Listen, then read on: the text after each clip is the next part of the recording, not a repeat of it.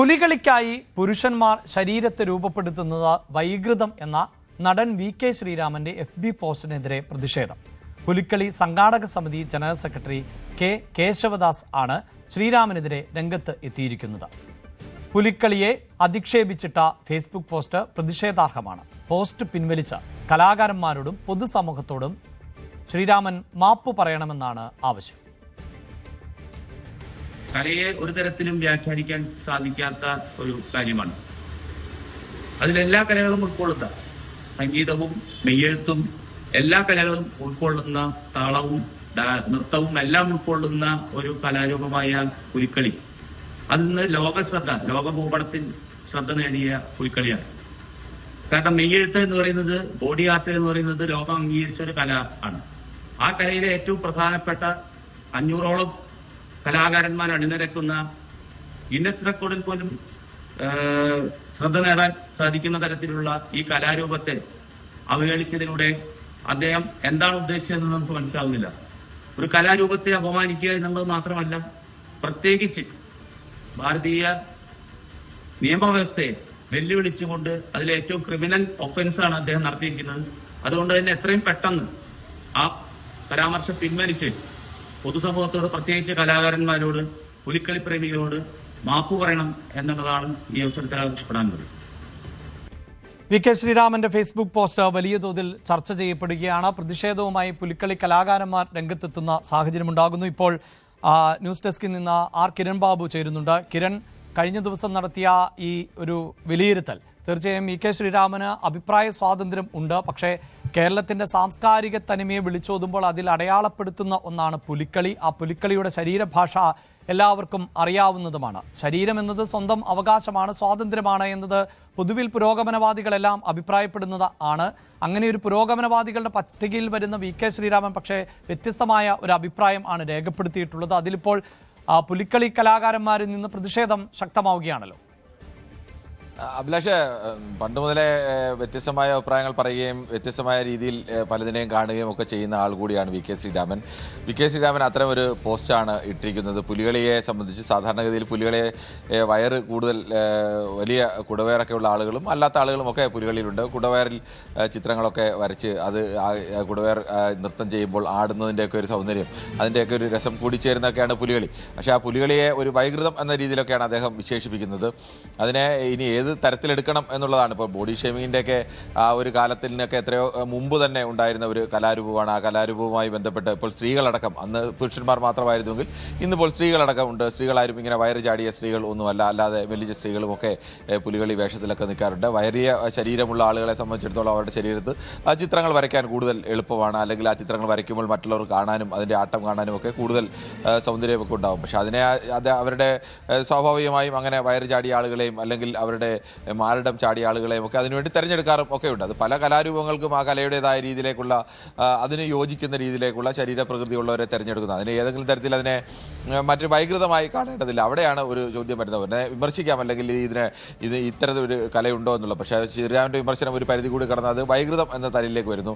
അതിനെ ഒരാളുടെ ശരീരത്തിൻ്റെ ഭാഗത്തെ, അത് വയറ് ചാടിയതായാലും വയറ് ഒട്ടിയതായാലും ഇനി ശരീരത്തിന് വലിപ്പം കൂടിയതായാലും വലിപ്പം കുറഞ്ഞതായാലും ഒക്കെ അത് ഓരോ കലയ്ക്കും ചിലപ്പോൾ അതിന് അനുയോജ്യമായിട്ട് ഒരാളായിരിക്കും. അല്ലെങ്കിൽ ഒരു കളരിപ്പയറ്റ് രൂപം അവതരിപ്പിക്കുമ്പോൾ ആ ശരീരഘടനയുള്ള ഒരാളെ ചിലപ്പോൾ പറ്റില്ല. പക്ഷേ ആ ശരീരഘടനയുള്ള കളരിപ്പയറ്റ് ചെയ്യണമെങ്കിൽ ചെയ്യാം. അതുപോലെ പുലികളിലും വയറില്ലാത്ത ആളുകളും മെലിഞ്ഞ ആളുകളും ഒക്കെ പുലികളായി വരുന്നതുമൊക്കെ നമ്മൾ രംഗത്ത് കാണാറുണ്ട്.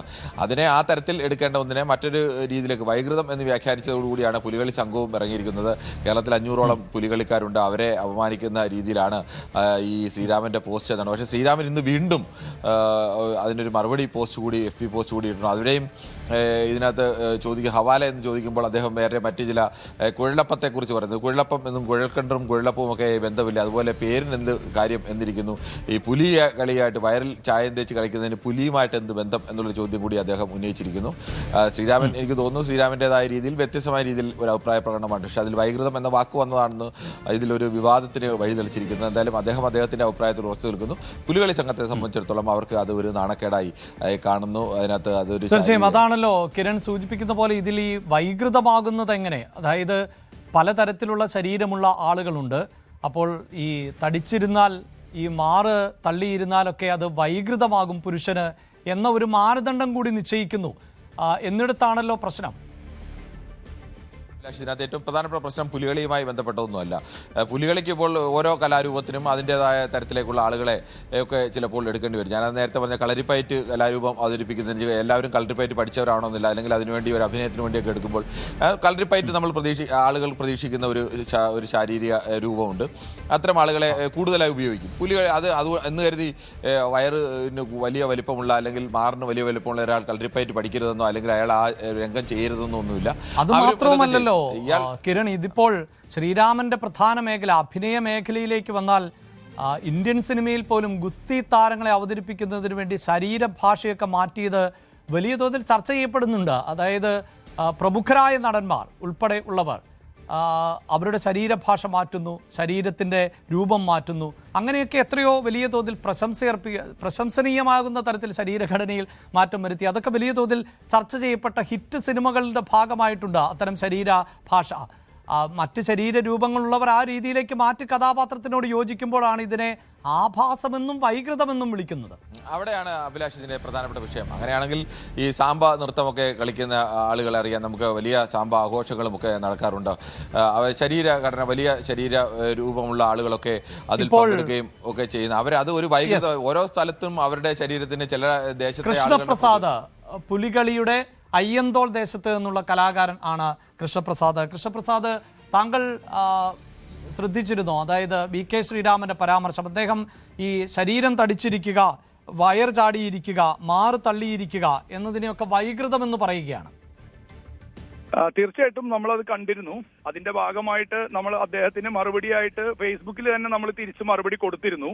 അയ്യന്തോൾ ദേശം പുലിക്കളി സംഘാടക സമിതിയുടെ പബ്ലിസിറ്റി കൺവീനറാണ് ഞാനൊരു കലാകാരനല്ല. പക്ഷെ കലാകാരന്മാരുടെ വിഷമം മനസ്സിലാക്കിയ ഒരാളാണ്. തീർച്ചയായിട്ടും ഇത്തരത്തിലുള്ളൊരു ബോഡി ഷെയ്മിങ് നടത്തുമ്പോൾ ഈ ഒരു വർഷത്തോളം അടുത്ത പുലിക്കളിക്ക് വേണ്ടി തയ്യാറെടുത്ത് കാത്തിരിക്കുന്ന കുറെ കലാകാരന്മാരുണ്ട്.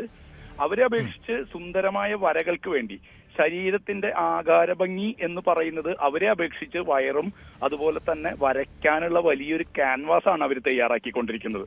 അത് മാത്രമല്ല, ഇത്തരത്തിലുള്ള ശരീരപ്രകൃതിയുള്ള ആളുകള് രാവിലെ 4 മണി മുതൽ വൈകിട്ട് രാത്രി 12 മണി വരെ പല രീതിയിലുള്ള ബുദ്ധിമുട്ടുകൾ അനുഭവിച്ചിട്ടാണ് ഇത്തരത്തിലുള്ള ഒരു കലയ്ക്ക് തയ്യാറായി വരുന്നത്. ഇവര് 5 കിലോഗ്രാം വരെ വെയിറ്റുള്ള അരമണി അരയിൽ കെട്ടി അതിനുവേണ്ടി ശരീരത്തിലെ രോമങ്ങൾ മുഴുവൻ വടിച്ചു നീക്കി അതിന്റെ മുകളിലാണ് ഭംഗിയുള്ള പെയിന്റുകൾ വരച്ചു തീർക്കുന്നത്.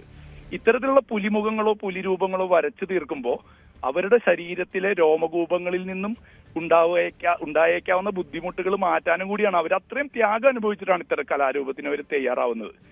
അത് മാത്രമല്ല, ഇത്തരത്തിലുള്ള പുലിക്കളി കലാകാരന്മാര് വരയ്ക്കാനുള്ള വലിയൊരു ക്യാൻവാസിന് വേണ്ടിയിട്ടാണ് അവരുടെ ശരീരം വളർത്തുന്നത് എന്ന് വേണമെങ്കിൽ പറയാം. ഇവിടെ വികൃതമായ രൂപം ഉള്ള ആളുകളല്ല കളിക്കാൻ വരുന്നത്, മറിച്ച് ഇതിനു വേണ്ടി തയ്യാറെടുക്കുന്ന ആളുകളാണ്. അദ്ദേഹം തന്നെ VK ശ്രീരാമൻ, അദ്ദേഹം വലിയൊരു കലാകാരനാണ്. അദ്ദേഹത്തിന്റെ ഫേസ്ബുക്ക് പോസ്റ്റിൽ ഇട്ടിട്ടുള്ള പോസ്റ്റ് അദ്ദേഹം അതിന് താഴെ പറഞ്ഞിട്ടുണ്ട് പരിശീലന കളരിയുടെ ഫോട്ടോ ആണെന്ന്. ഈ പരിശീലന കളരി എന്ന് പറയുന്നത് ഈ 51 പുലിക്കളി കലാകാരന്മാരെ വേണ്ട രീതിയിൽ കൃത്യമായ പരിശീലനം നടത്തിക്കൊണ്ട് അവരിതിനു വേണ്ടി തയ്യാറെടുത്ത് ഈ ദിവസത്തിന് വേണ്ടി 1 വർഷത്തോളം കാത്തിരുന്ന് പ്രവർത്തിക്കുന്ന കളിക്കുന്ന. കൂടുതൽ വാർത്തകൾക്ക് News 18 Keralam YouTube channel subscribe ചെയ്യുക.